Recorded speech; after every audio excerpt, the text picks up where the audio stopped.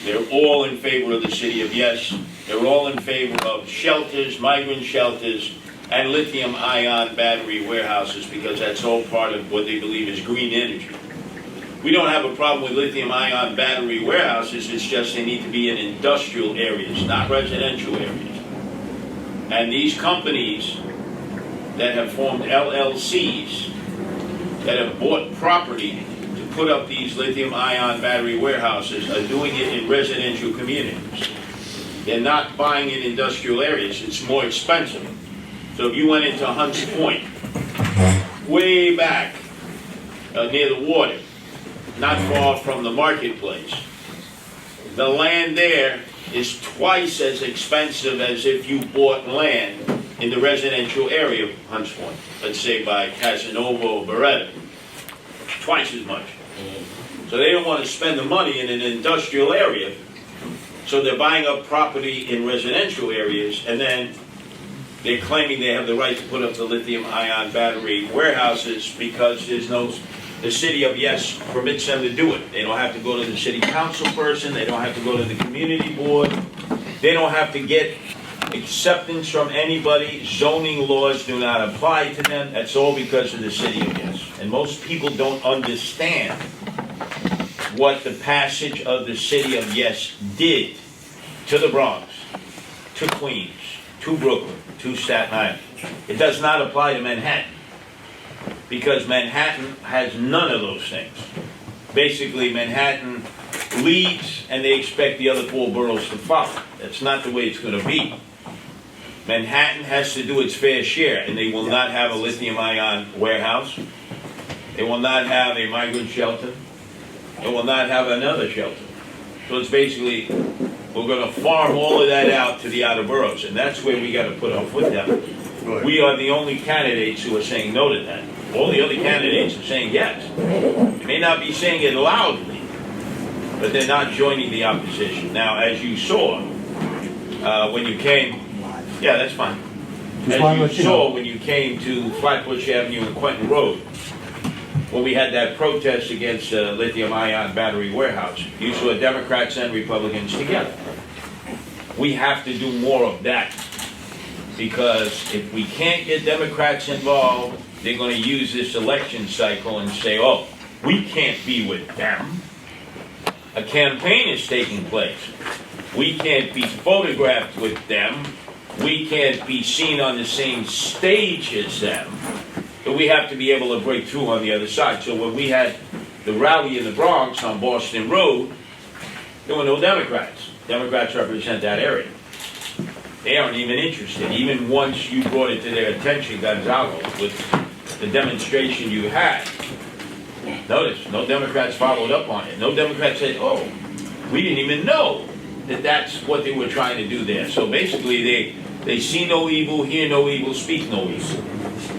And at some point, the developers may actually approach them, because they are the elected officials, and wine, dine, and pocket line.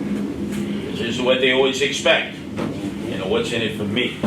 You scratch my belly, I scratch yours. And especially in a place like the Bronx, they're banking on the fact that people are not going to do anything. Like when they put the migrant shelter on 141st off Front. They banked on the fact that they could stick 2,100 single able-bodied young men of military age with nothing to do and nowhere to go, and that the community would not be protesting day and night like they have in some other neighborhoods. And they were right. The only ones who stood up were Republicans and conservatives, no Democrats. They did that cowardly too. Excuse me?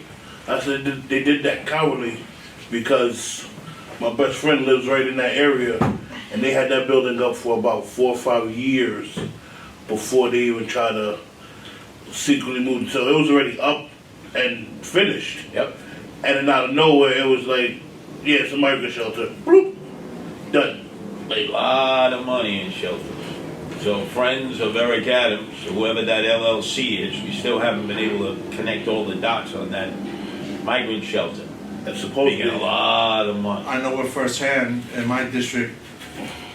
Since 2020, we have had our neighborhood, District 2, has been flooded with thousands of migrants from Avenue B, C, A, all the way to 29th Street. She's a current resident of the former Roxbury Hotel, and her residence has been flooded and taken over by the city with hundreds of migrants. And since they came into our district after 2020, our crime rates throughout District 2 has gone up over 200%. Oh, yeah. Well, I lived down there in the 80s. Yeah, It was well, really yeah. bad.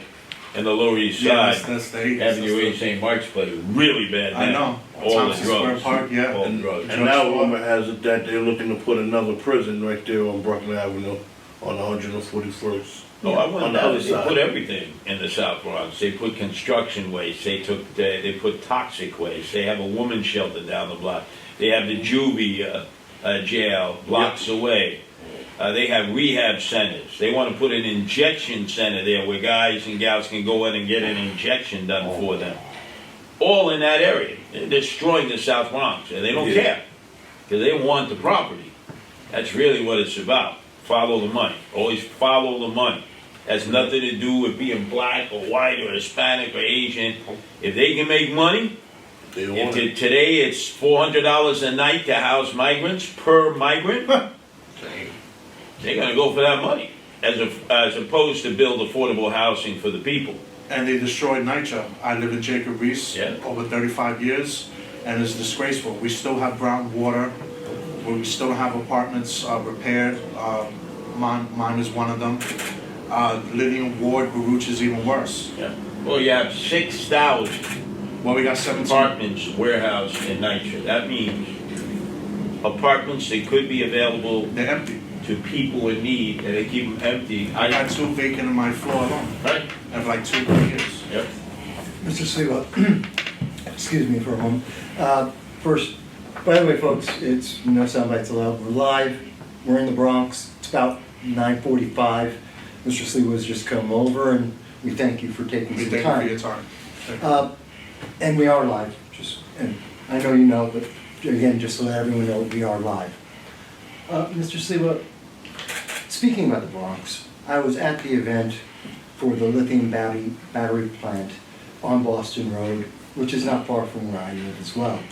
And I know that you're mentioning that you have been following up on that. Yeah.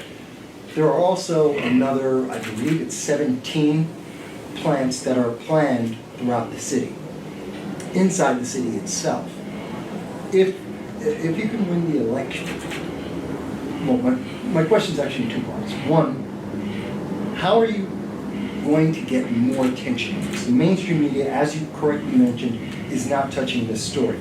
The mainstream media are not touching this story on purpose. They obviously have political agendas. What is your plan over this summer and up to the election to make the public more aware about the danger there? The second thing being, let's assume that you win, which I would enjoy. But assuming that you win, what would you do in place of the lithium battery plants if we accept the message that's out that says that we need these plants because of renewable energy, because of the basically green policies of New York State? Well, number one, you need the lithium-ion warehouses, battery warehouses, because when Andrew Cuomo was governor, he took Indian Point offline and produced 1/3 of our electricity. Okay, you don't believe in nuclear power, although he owns stock now. Yeah. He's a hypocrite. But, okay, so you didn't believe in nuclear powered energy. What did you replace it with? Natural gas? He said no to natural gas. Hydroelectric, there's not enough generated up in the New York State-Canadian border. And now they're talking about windmill-generated energy, which the president stopped, then made some kind of deal with Hochul, and now they've renewed that. So it's that energy created by the windmills off the South Shore, off of the South Shore, Nassau, and Suffolk, that would then be cabled in to Red Hook, where there's a terminal, and then that energy would then be dispatched to these lithium-ion battery warehouses. Most times, you would not need that energy, but in the summer, they've had brownouts in these neighborhoods, and Con Ed is saying we have depleted energy resource and greater demands because of all of these gadgets we now Yeah, have. air conditioners. So they do need it. And all we've said is, fine, we don't have a problem with it. You put it in an industrial area. But because of cost, they've opted to put it in residential areas because the real estate costs that much less. So they're being pigs about it. So now the position is we have to educate the people. You'll be surprised. There are elected officials that I brought this to their attention. They had no idea this was going on. The public has no idea. Even the media, no idea. But there was a great expose on 60 Minutes that talked about the lithium-ion battery warehouses in California, which have many, 40 of which exploded, went on fire, and it took 5 to 6 days for it to burn itself out. Hydrochloric acid goes up into a plume. It goes 8 square miles. All right, eventually it goes away, but you have a mini Chernobyl. Now, you get back to your house, who's going to want to buy your house?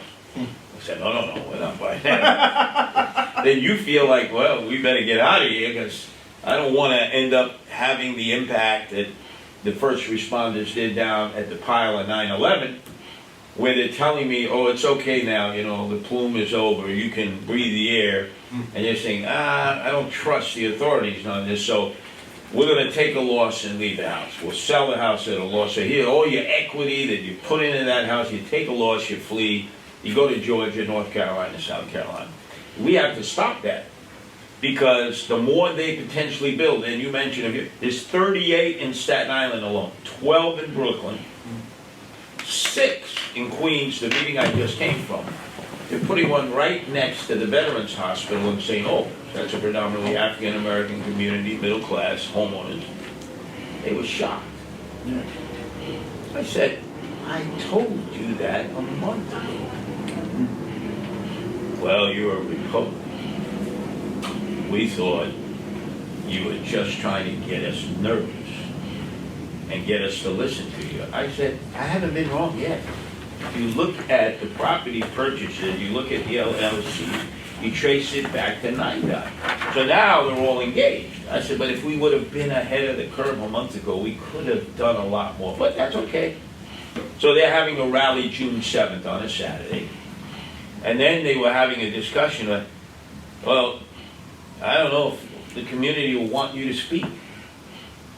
I said, what are you talking about? You wouldn't have known about this without my wife doing the deep dive on the property, and they've now acknowledged they're going to put a lithium-ion battery warehouse. Yeah, but you're a Republican, and there are a lot of Democrats there. I said, I work with Democrats all the time on these issues. It has nothing to do with, this is not a political issue, this is a human issue. So we have to break all these constraints. I said, look, you don't want me there, tell me that, but I'm getting calls every day. Please, Curtis, come here, tell us, educate us. So that's what we have to do more, educating.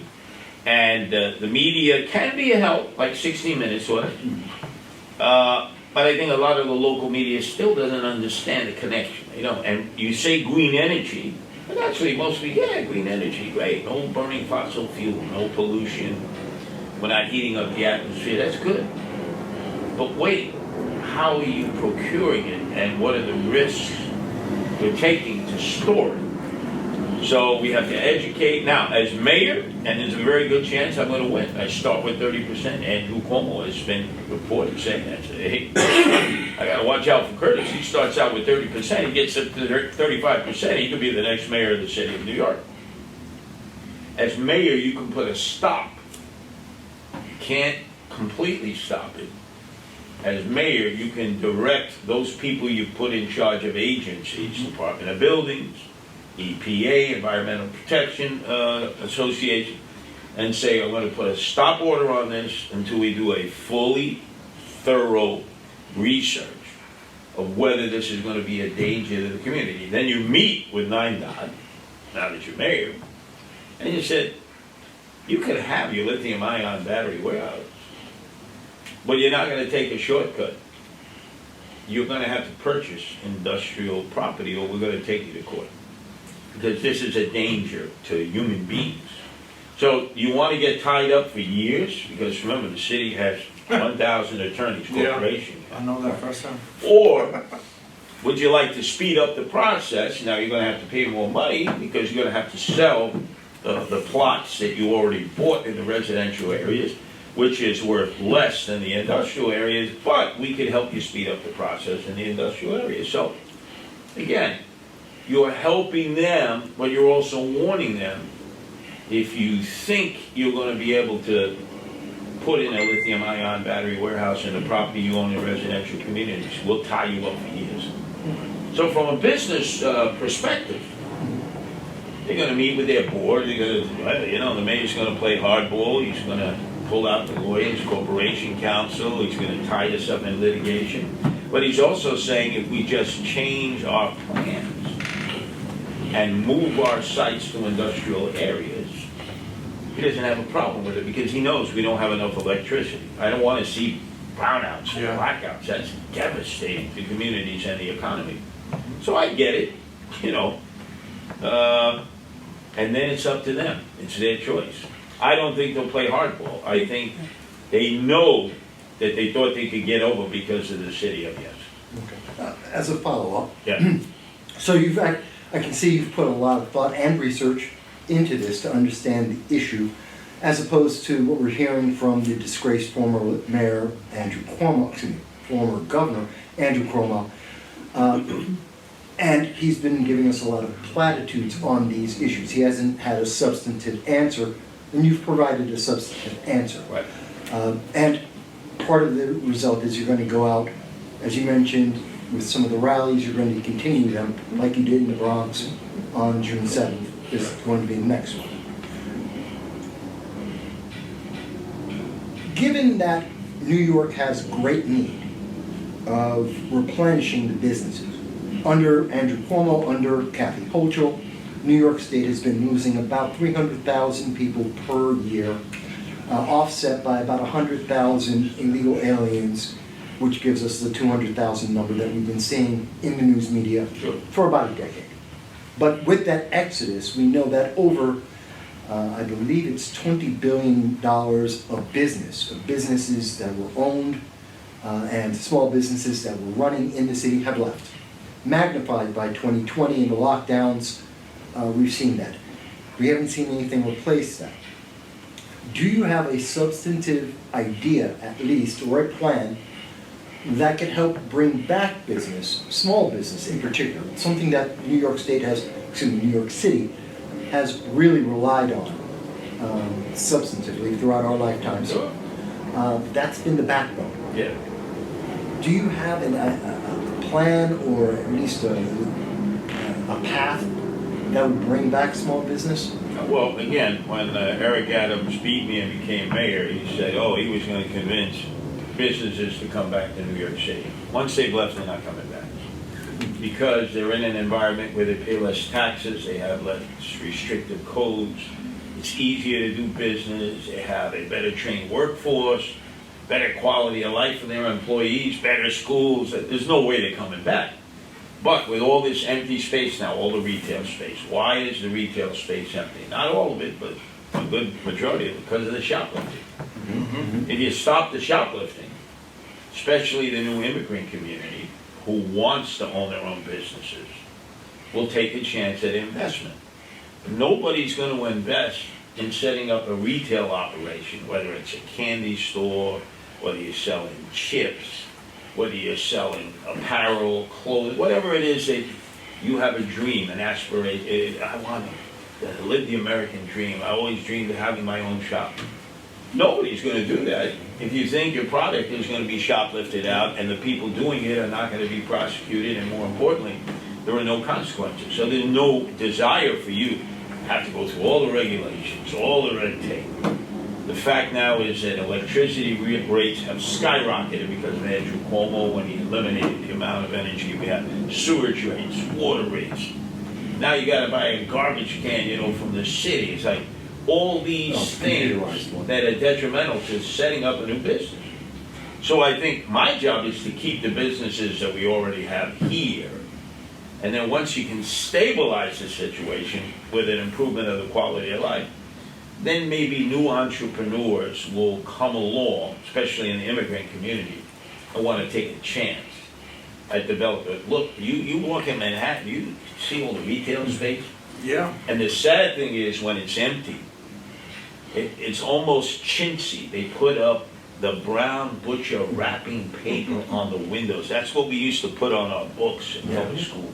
We couldn't afford the Yep. more expensive book paper like When you didn't have Batman, money Bob. to buy the regular book covers, you Right. took that paper bag and That's right, exactly. Or the newspaper. So you look at this prime retail space along Madison Avenue, Lexington, empty with butcher brown block paper on the windows, which makes it look so bad. And you say, we gotta first try to get people to wanna set up shop in these spaces. The other thing I would do temporarily is we have a problem, we just qualified for the Protect Animals Independent Line, which people of all different political persuasions will vote for you. For me, especially because I and my wife's life dedicated to rescuing animals, and we're going to have no-kill shelters. You put dogs and cats in some of those windows, and it's like the song, how much is that little doggy in the window?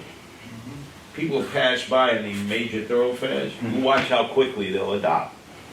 But you also let them know, if they come to adopt a cat or a dog that they see in the window, because maybe their kids or grandchildren, if you can't handle it, bring it back. Don't just throw it out in the street. Yeah. Don't turn it into a shelter. In a shelter, an animal shelter, in a certain number of days, if it can't be fostered out or adopted out, they kill it, they euthanize it. Bring it back. So you make some productive use, and then you find other uses for the empty space. And because you have activity, and people walking up and down the streets, and now you're starting to generate, is there a feeling of safety? Do we have no shoplifting going on? Have we removed the homeless and the emotionally disturbed so you feel safe and secure walking up the streets, coming out of the subway?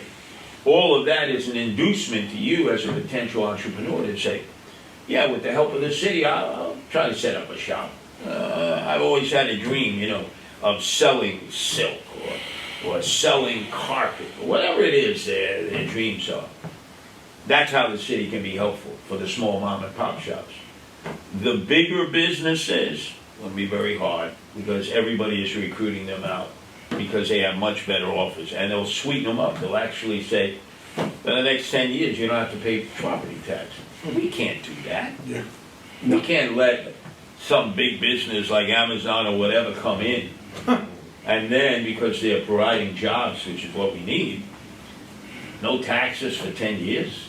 How do we subsidize all of our social services? Because all we're going to end up is a city of the very rich who know how to shelter their wealth and not pay taxes, and the very poor who can only pay sales tax. They don't have money to pay tax. So the blue-collar working class, which is the backbone of the city, is driven out of the city to other states. And it doesn't matter. At that point, the city then really begins to stick in their midst. So I don't want to fool people. It's like a form of tricknology. Oh, I'm going to lure somebody back who went to Florida, who brought their business down there. No, we're not. Because before they left, they calculated everything. They probably didn't want to leave. But the cost of doing business was just so high, and Florida was offering inducements. Sure. Because they all come, like they recruit our cops away. Yeah.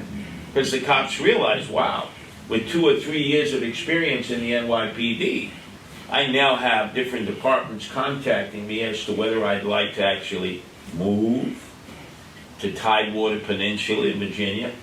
Oh, they're going to pay for my housing for a year. They're going to give me a bonus. And I don't get abused being a cop down there. And I have promotional opportunities because I have the experience of being a New York City police officer. Whoosh, they're out the door, they're gone. And they're recruiting every day. We're down to 31,000 police. We need to be at 40,000 level. So unless we get control of the streets and the subways through public safety and return to quality of life, you're never going to be able to convince businesses to come here, invest here, whether they're foreign or they left and now you want them to come back.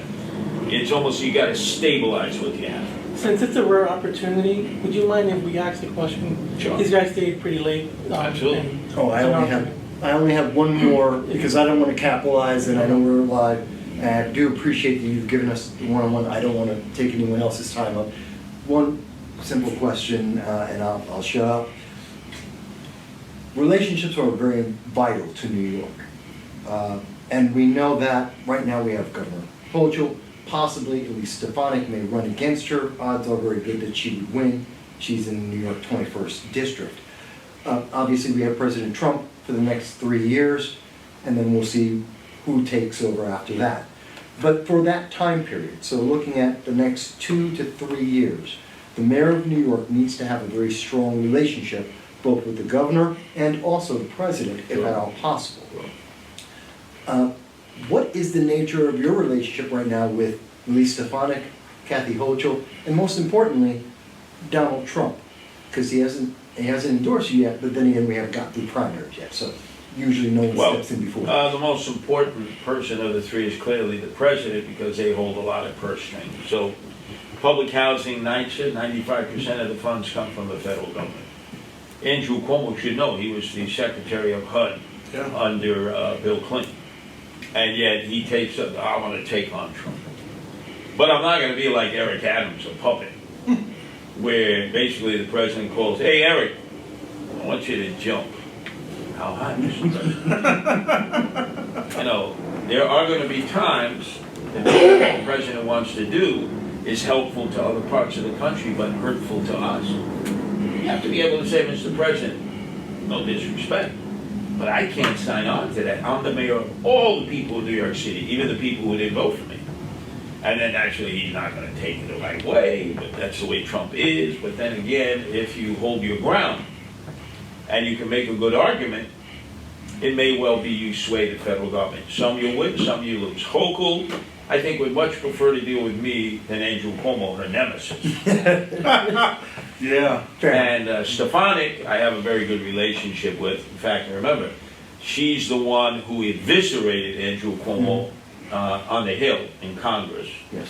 And that's where he perjured himself. So it wasn't necessarily from her cross-examination, but in his testimony in the open session, he clearly perjured himself, which now allows Jeanine Pirro, who's the new U.S. Attorney for Washington, D.C., to possibly charge him with perjury, because that's DOJ has been asked to investigate. They've been doing it for a month, and they generally will indict. Now, that didn't prevent the president from becoming the president. Probably won't prevent Andrew Cuomo from obviously running for mayor. But I think it will alert people that he is responsible for the death of 15,000 people that were in his care when he issued that executive order. He will not apologize for that. And he's trying to make it political. He's saying all those families were influenced by conservative commentators. Somebody died. I know, but I know some of the family members are very liberal, progressive, socialist, some of them. It's not a conservative plot. These are all different kind of family members who felt let down by the governor, who took their loved ones out of hospitals where they had COVID and put them in long-term nursing home care units where it spread like wildfire. Then he wouldn't acknowledge it, wouldn't apologize. When his Department of Health gave him the actual figures of those who died, he said, hold on a second. Him and Melissa DeRosa went into the back room with White House and lessened the numbers. And they said, you can't do that, Governor. He said, I just did. And he's lied about that because they testified. His own staff said, no, he changed the numbers. And Melissa DeRosa was caught on a video conference call with the Democratic leaders in Albany saying, yes, we did it because we feared we'd be indicted by Jeff Sessions, who then was the U.S. Attorney General in the first Trump administration. So everything has been done to hide, and through this whole ordeal, he would never once look at the family members, say, gee, I'm really sorry, I could have done things better. I wish I had a chance to have done things better. Nothing, no humility, not my fault. So he never acknowledges fault on anything. We're in the mess we are in New York City because of no cash bail. Yeah. And he's doubled down on it. He says that's a good thing. How is it a good thing? Look at what's happened to our city and our state because of that. I thank everyone for indulging me there for the few moments, and I thank you Oh, for my giving me pleasure. some time for My that. pleasure. I look forward to trying to get you we'll talk, try and get a little bit absolutely. longer. But Absolutely. please, go right ahead. Thank you. Curtis, do you mind if we start off? No problem. Jason, you wanna kick it off? What? Ask Curtis a question, I mean, Oh. opportunity right here. Okay. Well, since I live in public housing, for 35 years in the Lower East Side, the Jacob Reese houses, what could be done, what would you do, once you're elected into office to try to fix the crisis that we have in NYC? Well, that's, every person running for mayor, they all have their own ideas, their own plans, but few, if any of them, are actually in public housing on a regular basis. I happen to have been in a lot of the projects, particularly here in the Bronx, Brownsville, which has the most projects per capita per person east of the borough, Lower East Side. And the housing is deteriorating quickly, just like the subway. Yeah. How are you going to spend billions and billions of dollars to repair these large structures of 20 stories, 15 stories, or you tear them down and build new housing, which has been done in other parts of the country? They build townhouses. You can't really build enough townhouses to supply enough housing for all the people that live in housing. So it's a complicated issue, and you have to have involvement of the federal government because they pay most of the money. But we also Subsidize. need more money from the city and from the state as well. Well, that's always an argument. You go, whatever, say, oh, we give more than we get back, right? But it has to be a watchdog, because there's been mismanagement of billions of dollars of NYCHA Exactly. for decades, corruption, you know that over 50 Exactly. employees got indicted Right. past year or so.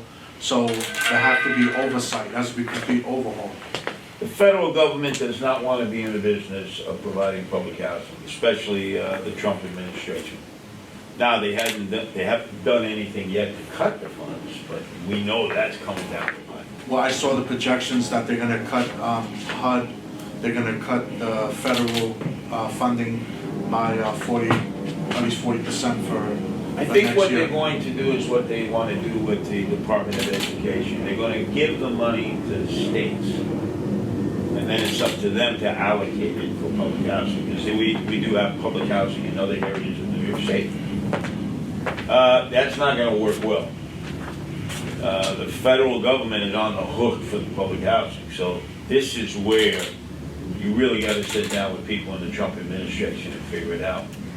I don't think, having been in these projects, that many of them aren't going to be able to continue to operate safely for the residents in 20 years from now. We're going to have to think of bringing them down and building new housing. Very, very expensive. So I wish I could give you a concrete answer, but until I see exactly where all the monies have gone, when you're mayor, you get the spreadsheet, Yeah. you talk to the federal government. I know the Trump administration is hostile towards public housing. How do we get rid of the patronage, all the kickbacks and corruption that have existed? Do we save some units? Do we eliminate others? Very tough decisions. Nobody living in public housing is going to be happy. They're not. And also, we have a number of people who can pay rent who are not paying rent because that's how they got into public housing. They agreed to pay a particular percentage of their income. And then when COVID and the lockdown came, Cuomo said, you don't have to pay rent to everybody. We even have people who are not paying rent to private landlords who are there like 5, 6, 7 years as squatters. We have that in public housing. There's a lot of people who could pay rent are not paying rent. So to be honest with you, I know it's a massive problem, and I can't give you a one-word answer for I that. know. It's, we don't control NYCHA other than we manage it. And we've done a horrible job. We are the worst landlord in the city of New York. So when Dumani Williams, who you're running against, has his list of the 10 worst Dracula landlords, I agree with that list. They've done some pretty horrific things. But number one on the list should be the city of New York, the way they run NYCHA. It's a horror. It's disgraceful. He They're never all lists country. them as the number one horrible landlord. Some projects are run relatively well, some very poorly. There are some, boy, you walk in, you say this building can last for another 50, 60 years. Others, you wonder if it'll last 10 years. So it's very difficult. You have to really judge them because each of them have their own directors, staff. Some really have a lot of tenant involvement, some have no tenant involvement. So you really got to go project by project by project. Great, this is Gary Lutz, he's running for City Council District 15. Pleasure. Where is District 15? The hub area. Oh, the hub, 149th and 3rd. Yes. Oof, Oh, yes. oof, that's rough. And he covers the Belmont and close to Meshuggah and Pelham Parkway. Oh, so you go all the way up there? Yes, I live in the Belmont area, Washington Avenue, 183rd. Within about 10 years now. Got a question there? So you cover Arthur Avenue, Belmont, that whole area? Just about. Well, that is quite a different area It from is. 149th and 3rd up to there. Yeah. So in 149th and 3rd, since it is deteriorated at a Oh, rapid it's rate, terrible. every conceivable rehab facilities there. They tried to protest against it too. They want to put in the legal injection centers. That's crazy. They put up a new building Scary with to go a down. YMCA. Excuse me? They put up a new building with a YMCA that nobody in the area can afford to go to. Right. Right. Like, that's detrimental, that's like, here, I was a little happy, thinking, okay, here's a program that we can get some of these kids off the streets, Oh. and nobody can afford it, and right down the street, you got, the rec center in St. Mary's Park, that's been closed for the better part of 2 to 3 years for repairs, and don't look like it's opening up anytime soon, you know, but, you know, that's part of the reason why I'm running for city councils. Where are these kids going? We complain about crime on the streets, and we complain of all these kids on scooters and all these kids doing this, but we don't have nowhere for them to go. You know, half of their parents are working, and what we're gonna do with them? Just leave them out in the street to their own vices, and then if they're out in the streets, acting their age, you know, because I don't even want to say they're really being bad. They're just being teenagers or being little kids, the ones that are not in gangs. Then, you know, we're always quick to call the cops on them and not the ones actually doing the crimes. Right. So, you know, I feel we need to start, you know, finding out what's going on in some of these community centers that, you know, closing down community centers left and right. You have a disengagement between the youth and the police. I feel that's because there's a lot less PAL programs running around like there used to be. There's a lot less. I remember police used to take us upstate on like different trips, you know, every now and then. You know, you don't have that, you know, police in the community. We're not teaching our younger kids to be police officers. You know, don't be a cop. It's the bad thing to do. Right. Because all they see is on social media or what media itself shows, you know, normally it's black against white when it comes to cops and the public, you know, and this is what we're teaching our kids. We're not teaching them, hey, you can become a cop and you can put a stop if you come in, go into the police force, put a stop to what you're seeing, but nobody's teaching our kids that, and a lot of that comes from these after-school programs and being involved in the communities. And, you know, after-school programs now, if there is one, it's closing at 4 o'clock, 5 o'clock. Now what happens to the parents? They gotta work the 9 to 5 in Manhattan. Now they gotta jump on the train and pray that they make it back in time before they get a late fee. So that's part of the reason why I'm running, and I see it a lot in my best friend's neighborhood, which is Gary's district down in, you know, 149th and 3rd Ave, is you got kids just standing at a bus stop for hours on end just because they can't go home because nobody's home, and then there's no after school program. You know, I think I would love to work with you when you I'll give you a come. remedy to that. I'm the oldest candidate running for mayor, 71. And most experience. Exactly. And most streetwise. Yep. They may know Wall Street, I know the street. So, when I went to public school, 3 o'clock, they had after-school center till 5. Then you went home. And if you wanted to come back, they had night center, which was open until 9. Right. Now, it wasn't just sports, because everybody focuses on sports. Most kids are not into sports. Most kids are into cultural things. So they used to allow you to take instruments home if you were a member of the band or the orchestra. They don't do that anymore. You had Took music right out chorus, of school. you had plays, you had musicals. Now you have artificial intelligence that young people are interested in, doing videos, podcasts. So there are any number of different cultural kinds of things that will attract them to come to school, and then also to be able to do it after school center, evening center. Right. The other thing, since these schools are there, so you mentioned St. Mary's Park, Morris High School is right there. What happens to Morris High School once it closes about 3 o'clock? Empty. At night, it used to give English language classes to immigrants. Because if you're an immigrant, you're going to be here. To the potato. Whether some people think you shouldn't or whatever, most are still going to be here. Trump is not deporting all of them. So if we don't make them English language sufficient, they are going to languish. You can't use a computer. You can't get a job. If you don't know English, it's very, very difficult. So they used to train immigrants late at night in school in English. It helped generations. Then they stopped doing it.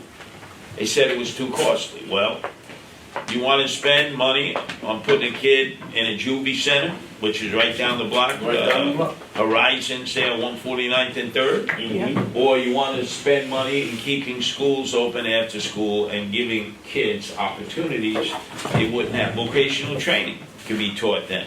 Right. You got a number of retirees who might come in, carpenters, electricians, plumbers, health home care aides, of which that is a growing need, because as we age, look, I'm 71, I may need one soon, who knows? Rather than put them in a long-term nursing home care unit, most of the elderly want to stay in their own home, their own apartment, but they need assistance. Yes. And you need trained professional people who understand the psychology of the elderly, what their needs are, more than just changing a bedpan and taking them for a walk. Yep. But that requires teaching and training. These schools, weekends they're closed, nights they're closed. We're still having to heat the building so the pipes don't burst. Lights are on.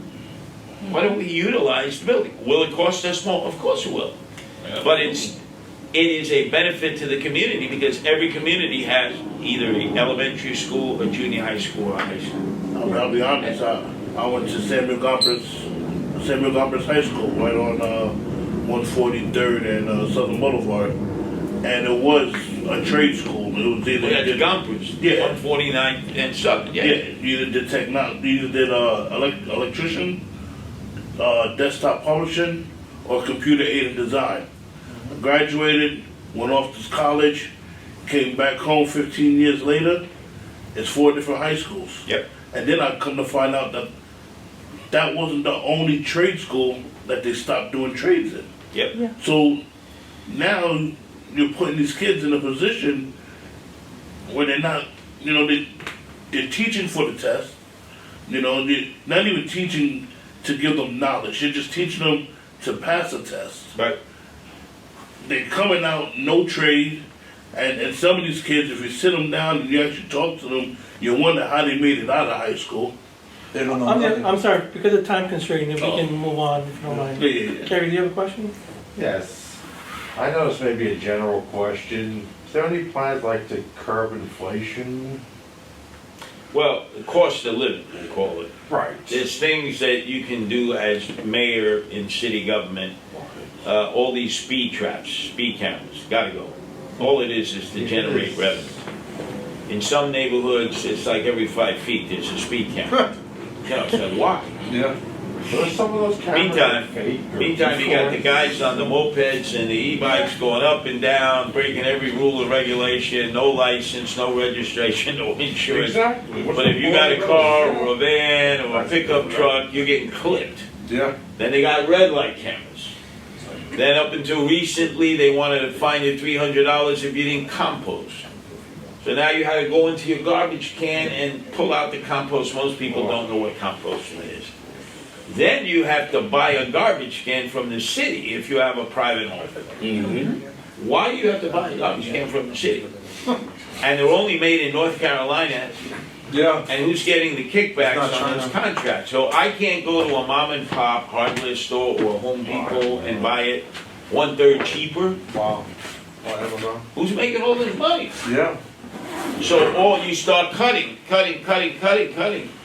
And that drives the cost of living down. It doesn't answer all the problems, because the cost of living, the predominant cost of living is the skyrocketing amount of rent that people have to pay. And the fact that if they're paying for their own electricity, skyrocketing, sewage, water, skyrocketing. Depending on what their agreement is with their landlord, their costs are up. The landlord costs are up. Everybody's costs are up. The landlord passes it on to the tenant. The tenant has nobody to pass it on to other than to get another job. Or to spend more of their money, more than 50% on rent. If you're spending more than 50% of your income on rent, you're in trouble.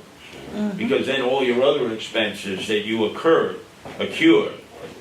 you'll never be able to afford all. And you never have any money for leisure time. Exactly. All you'll be doing is to work, to eat, and to go home and sleep and wake up, to go work and eat and go home to sleep, and that's it. That's most of the country today. Yeah? Ladies, do you have a question? No. No. You got no question? So, look, I don't have a question, we already gone through a lot of things already.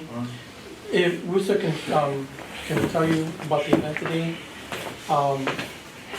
what we did here, what we've done in the lithium battery plant protest, I can replicate it, and I can replicate it across the city for you. I can do the work, I can get the manpower, that's not a problem. I just need support in getting the party leaders to back off and let me do the work, so that we can get the individual grassroots candidates to get that opportunity. Because I do believe if we can get these areas where they don't relatively see the speaking forums, to see the candidates that are out there, Right. I believe it can increase your numbers across the board. It So may now, be small, out of the, just a question, Gonzo. Out of the flyer you put out, the last flyer, how many of those on the flyer actually attended, would you say? pretty much all of them. Good. There was two that had medical issues. Okay. And so you would like to get them more engaged? Yes. And when you say the leaders are standing in your way, in what way are they So- creating an impediment? So like, let's say today we had at least 2 or 3 from every borough come in. Obviously, they're gonna ask their party leaders, their party's gonna be like, oh, we don't know, you should hang out with this guy or that guy. Going into the boroughs and doing it, maybe not something they're accustomed to seeing it, because then they're saying, oh, you're saying I don't do my job, or they'll have an excuse of why it's Right. not being done. So, I don't wanna impede or, overstep, but I took the position because my goal was to do that. I would like to do it with more of a open arm than having to do it without the permission. type Right. thing. Well, you're in a good position because you're the public advocate candidate, and this is being a public advocate.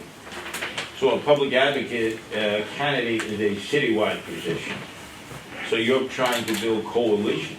So when you become the public advocate, you'll have outreach in all the areas of the city. So that should be your response. Now, they may be like in a turf war, well, there's our turf, who are you to come in here? Blah, blah, blah. I get it, that's true of anything in life. But when you run into those constrictions, those impediments, call me, because I know all these people. And I'll explain to them, I said, why would you want to slow the guy down? He's running for public advocate, he's trying to help other candidates. This is what we're supposed to be doing, helping down ballot candidates. You heard me speaking up. That's one of my primary missions, is to help all those who are down ballot. They're not used to that.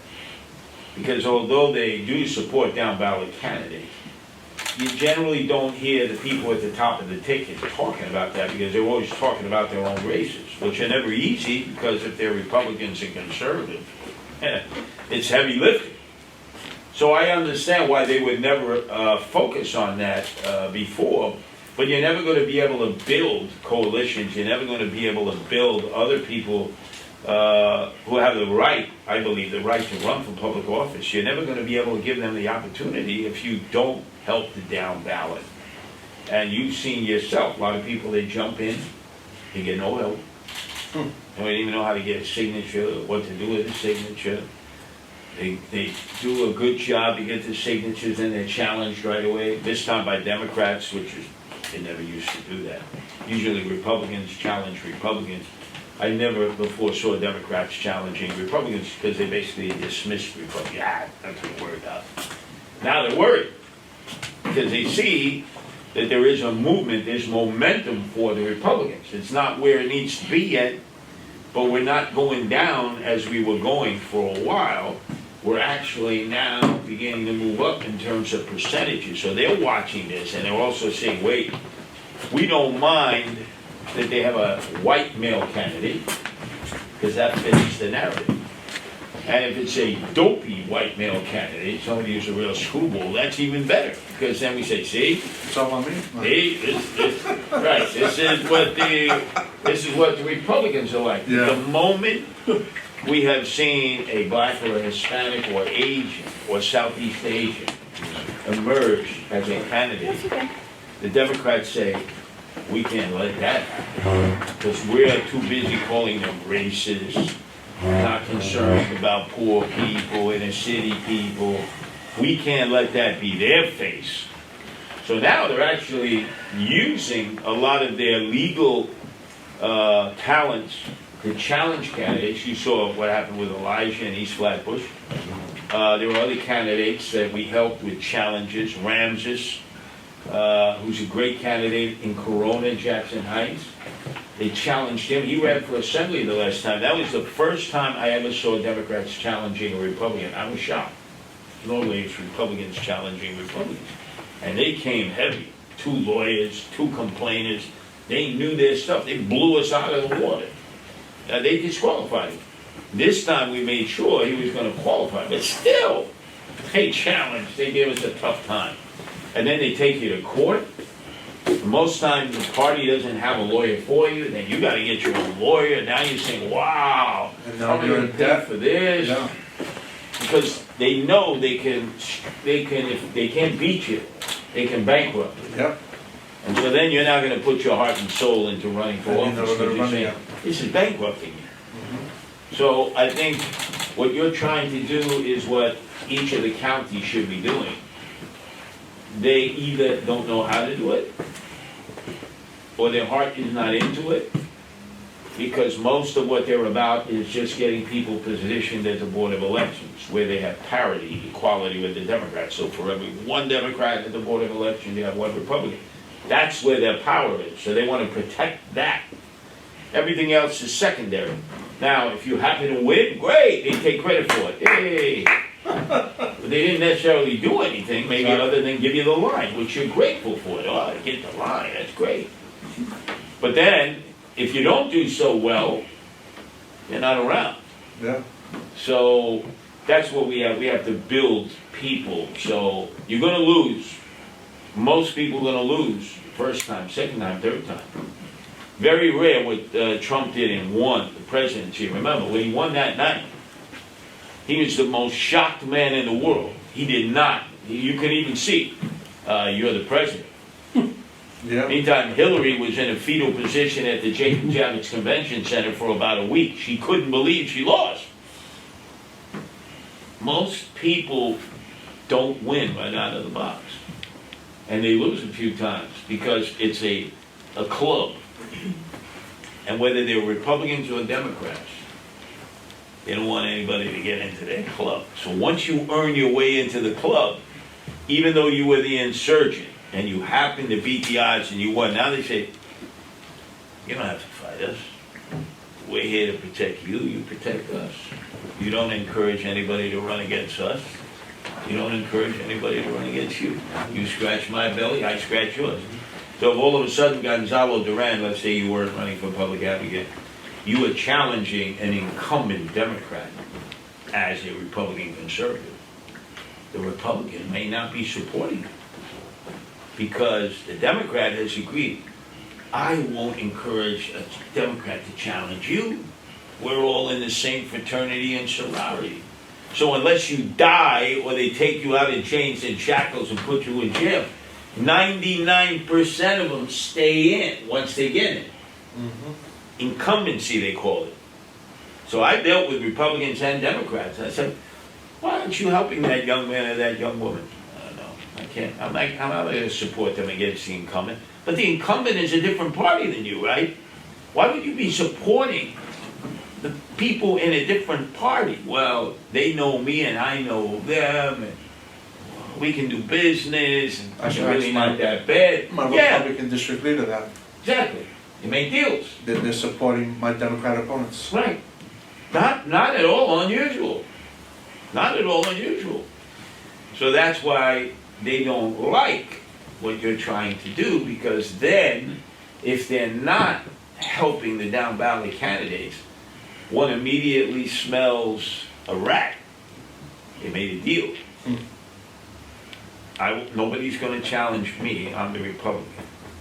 And then I'll make sure that nobody challenges you, the Democrat. So I stay in office and you stay in office. Well, I just got the signal to start heading out. Yep. Would you guys mind taking, somebody take a picture? Would anybody mind doing that? Been taking a bunch of. You gotta I know, but we're let gonna do your one. crew We're know that looking this way at the. Curtis Sliwa eventually showed up. Yes, this will make them jealous for. And for I need you to next show up in your old stopping grounds in East Village. Exactly. year. You guys want to get in the picture? Yeah, well, Anthony Wiener's running. Yeah. That primary's coming up quick. I know. How are you want to come in? I know. I don't think, even with Rachel, every time he starts, oh, this great Anthony Wiener, straight ahead. And he's It's amazing how Anthony oblivious to Wiener's it. was script. It's amazing how Anthony Wiener's was script and not Andrew Cuomo. Yeah, right. All in the name, right now. Well, it's also, he was a registered pedophile. That's Yeah. All right, 1, 2. You're in the picture too, just so you know. Hey, get in the picture. Get in the picture. Rousset. Remember, Rousset ran against Adrian Adams. Okay, lean in. Did very well. 1, 2, lean in just a little bit more, then go. 1, 2, 3. And give me 2 Can seconds. you get that around, Gonzalo? Say if you would have waited longer. The guy was here.